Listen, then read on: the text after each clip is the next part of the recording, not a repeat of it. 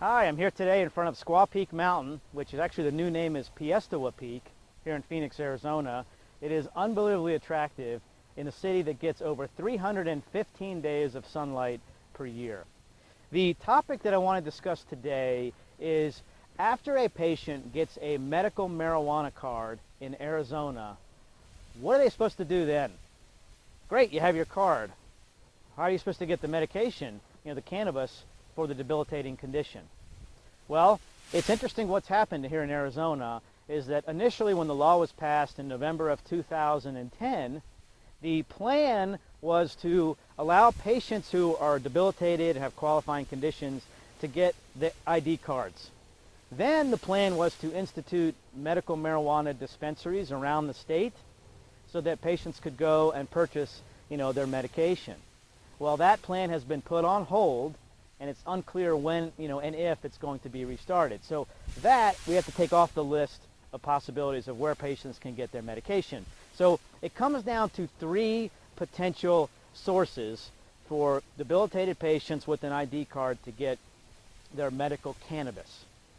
Cannabis is another word for marijuana. Okay, number one is patients are eligible with a card to be able to grow their own marijuana.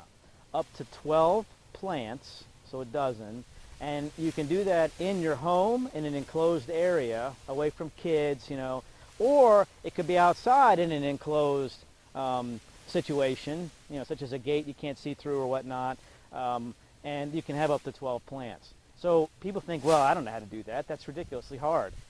Evidently it's not. I'm not a patient. I don't have a card, but you talk to people at hydroponic stores. I guess you can get a kit and they'll teach you how to do it. I guess it's no different than like growing tomatoes. So you can do that. The theory is, though, that once dispensaries come into place, if they're within 25 miles of you as a patient, then you'll have to stop growing and purchase from the dispensary. But that's a risk a lot of patients are willing to take because it might be never that dispensaries come into existence.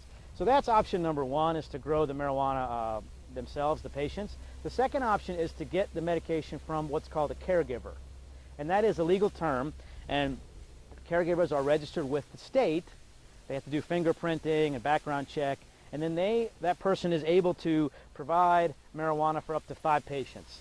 So 5 times 12 is 60 plants that caregiver can grow, and if the caregiver, him or herself, is a patient, they could grow, their own 12. So I guess 72 would be the final number there. So that's an option, is to get the medication from a caregiver. You have to, you can't pay like a big premium for it. I think there's specific rules as to you can only pay of what it costs the caregiver for their electricity and soil and their actual cost of what it takes them to grow. The third option is to get the medication from another patient. Another patient who has an ID card and has the debilitated qualifying condition. Patients can give marijuana to other medical marijuana patients and get it that way. So those are the 3 options right now. If you're in the process of looking to get your medical marijuana card, Arizona MMC offers licensed, compassionate, knowledgeable doctors who can help you through the whole thing.